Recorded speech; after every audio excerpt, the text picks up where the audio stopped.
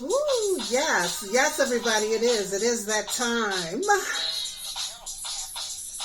Time for Marilyn's Cafe Society right here on YouTube. Welcome to another edition of the show, everyone. Of course, it's a Saturday. Yeah, we're coming to you somewhat live this go round, and it will be the show that you're used to. No special guests on this particular Saturday. However, we are going to spotlight a woman for Women's History Month, so you want to stay tuned for that. Well, it is Saturday. It's the 13th day of March 2021, and how are you doing? Are you enjoying the weather? If you're here in the Midwest, in the Chicagoland area, I tell you, we have had some pretty nice days, and it seems like, I was in the store one day last week, just as we were coming into the warmer temperatures. And, when I say warmer, I mean, upper 40s and the 50s. And my goodness, we even hit some maybe 1 or 2 days in the 60s. But anyway, I was in the store and a young lady, or an older lady, said to me, "Oh, isn't this weather so great? I'm so glad that winter's over." And, I just kind of looked at her and I was thinking to myself, I wish I had your optimism, because we live in Chicago. It's still the month of March and anything can happen.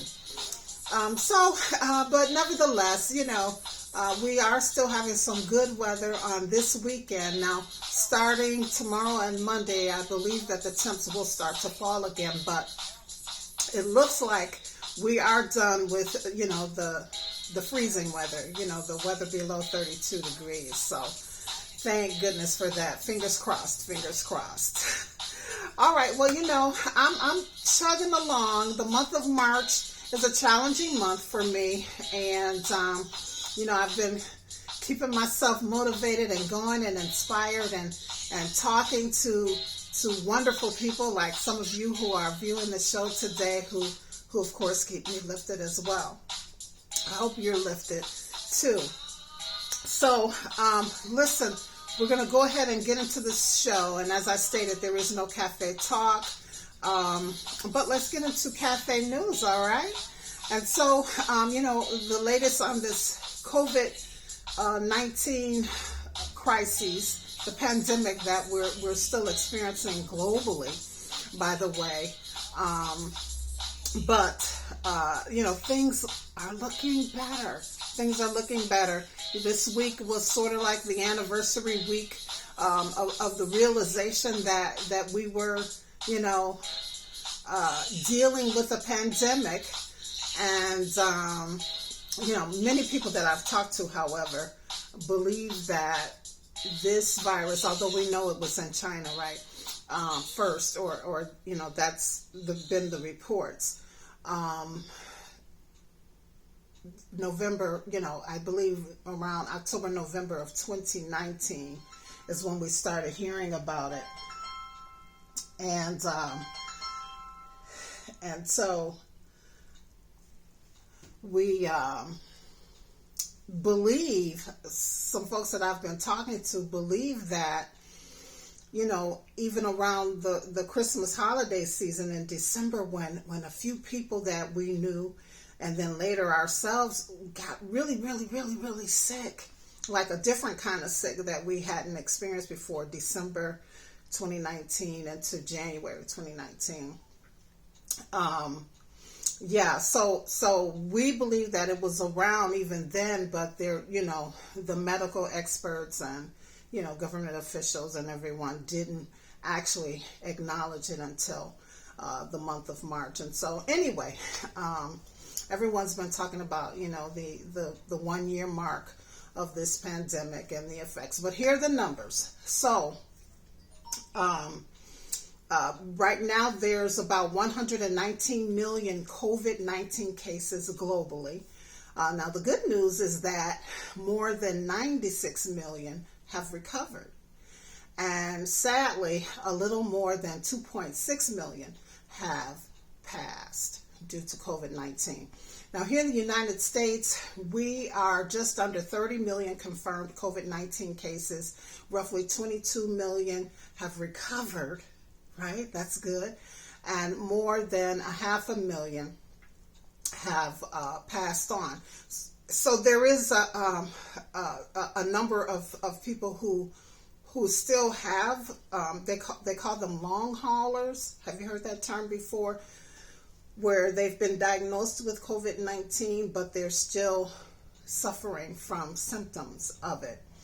And so that's why there's that gap between the 22 million who have recovered and the 30 million who have been confirmed or tested positive.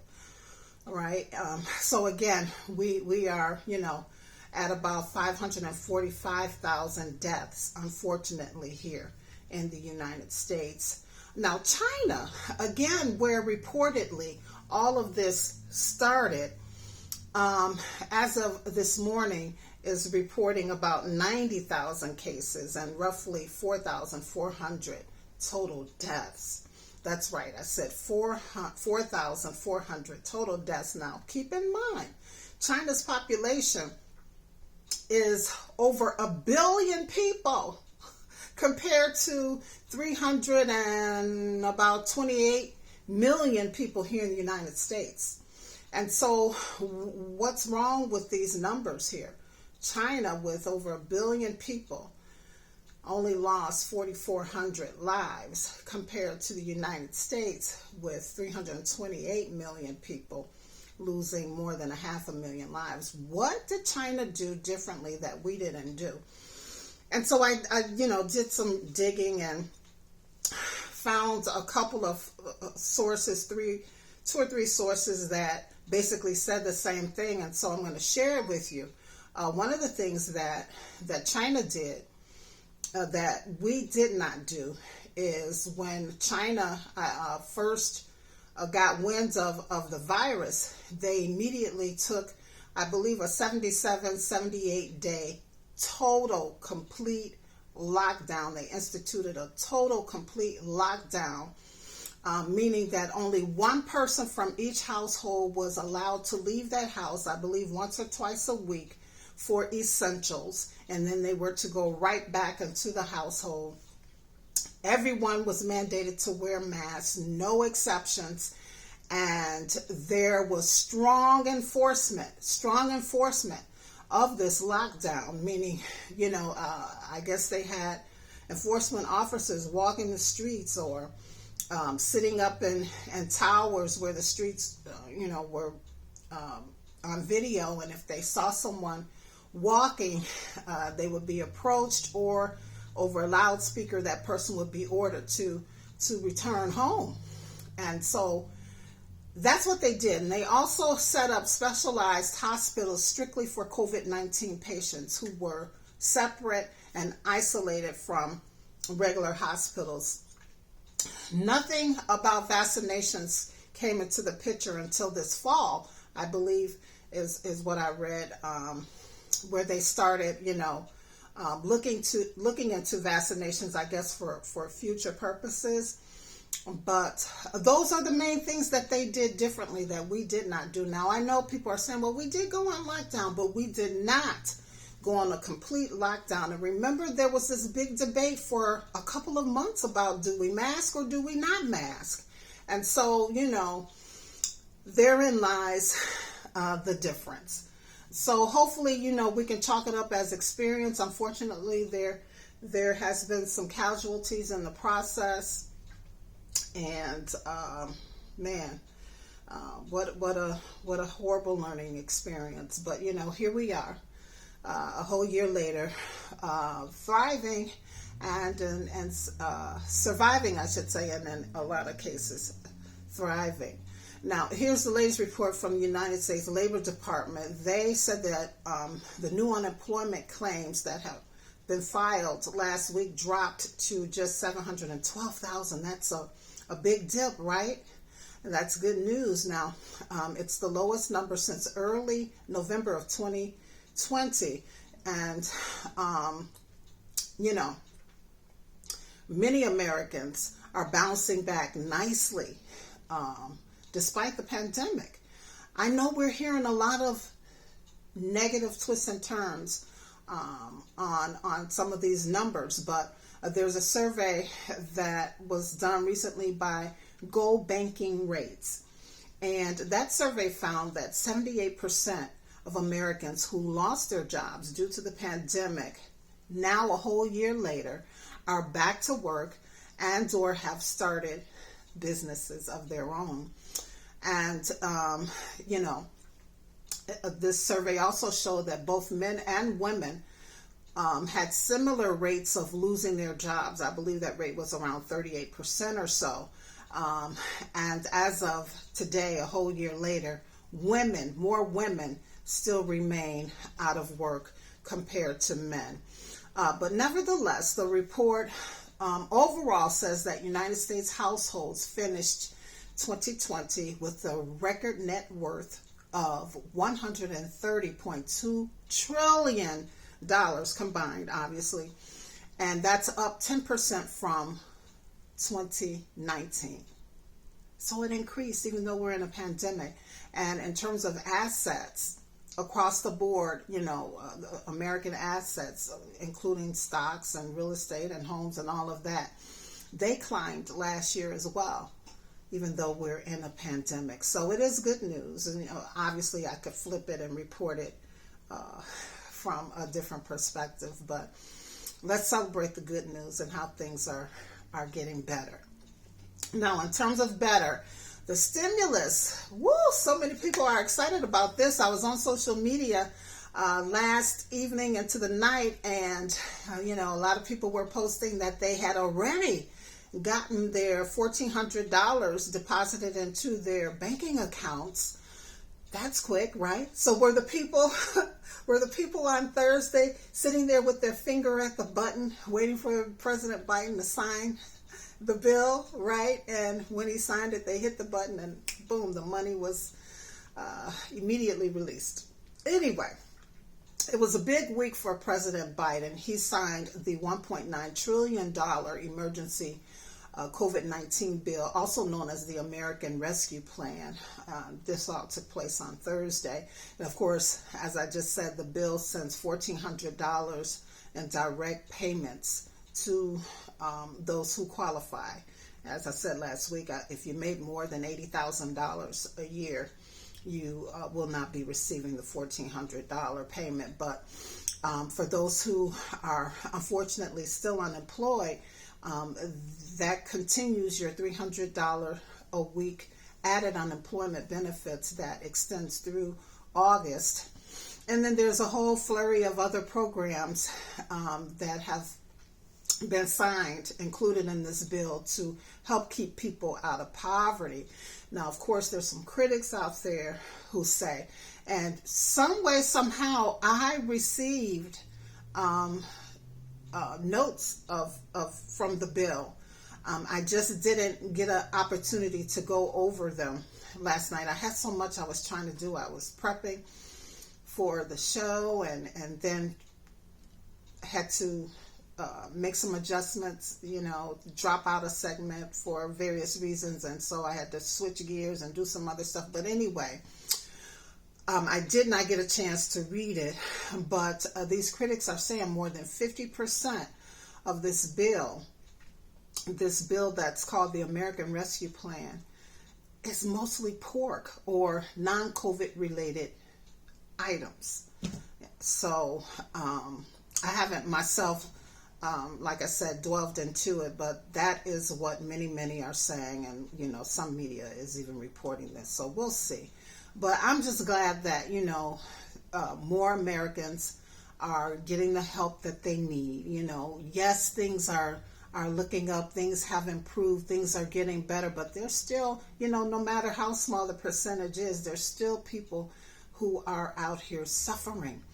And so signing this bill was right on time. Now, he also, during his primetime address to the nation on Thursday night, offered up hope for a return to normalcy soon, mentioning even July 4th, this weekend being a normal, as much as normal as possible. But did anybody tell him that people are still gathering? Yeah, within their own families.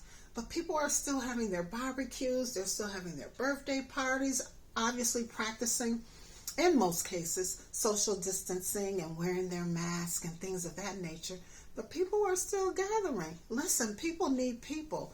And to be socially isolated is not normal. And so, people have made the decision that they were going to protect themselves and their family members, but they still wanted to be able to gather together just within their own, family units and immediate circles.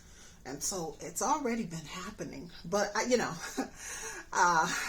thought it was nice that he said that, perhaps by July 4th, things will be back to normal. Now, of course, he touted that nearly 100 million Americans have already been vaccinated. And as of yesterday, which was Friday, I believe we hit that 1 million mark.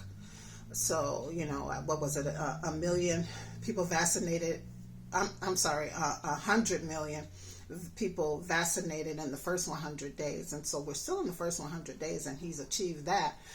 And there's a new date of May 1st in which he's asking all states to hunker down and make sure that they get all adults in their state vaccinated by May 1st. Of course, those who opt to receive the vaccination.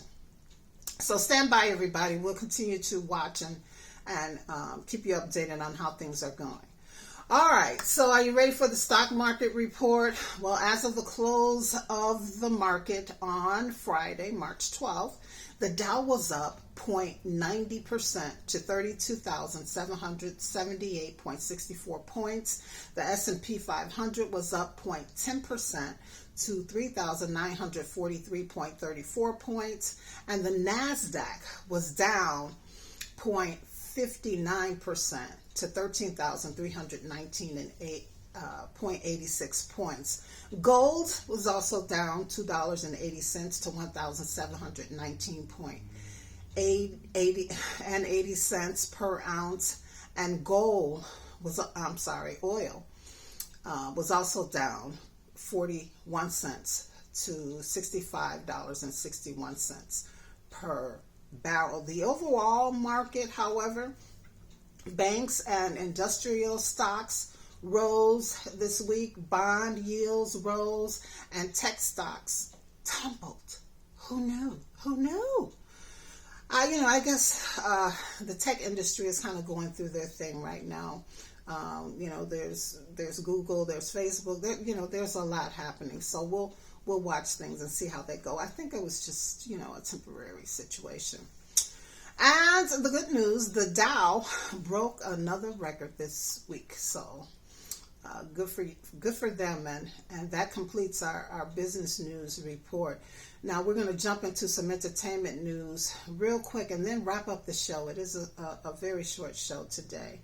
And entertainment news, guys, you know that the 63rd annual Grammys award show will take place tomorrow. That's Sunday, March 14th on CBS and on other streaming services. It starts at 8 p.m. Eastern Time and 7 Central. And Beyonce leads with the most nominations, 9 nods to be exact. And she could make triple history tomorrow night. I can't wait to see what happens. And meanwhile, The Weeknd, who received 0 nominations, is boycotting the Grammys. And we'll see who's going to join him in that, right?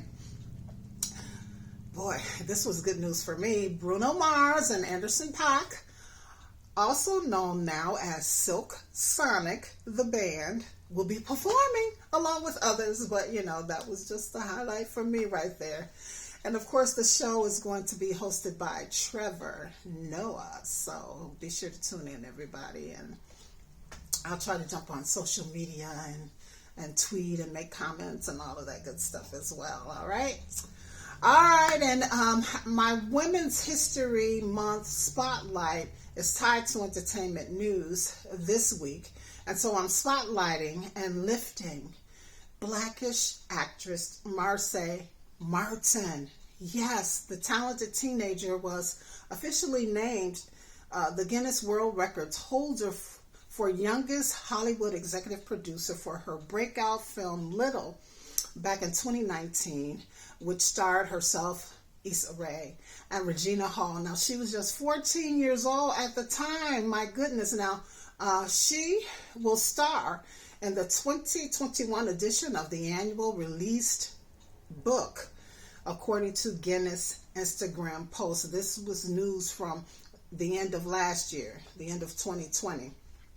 The latest news, however, is that she has also just become the youngest executive to strike a deal with Disney for the Disney Channel. Yes, she's going to be producing roller skating comedy Saturdays. It's called Saturdays for the Disney Channel, and the show will star Danielle Jolade as an ambitious 13-year-old roller skater.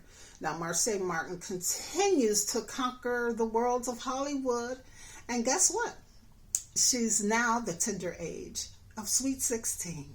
So again, congratulations to Marsai Martin, the spotlight woman, young woman, I should say, making history for Women's History Month.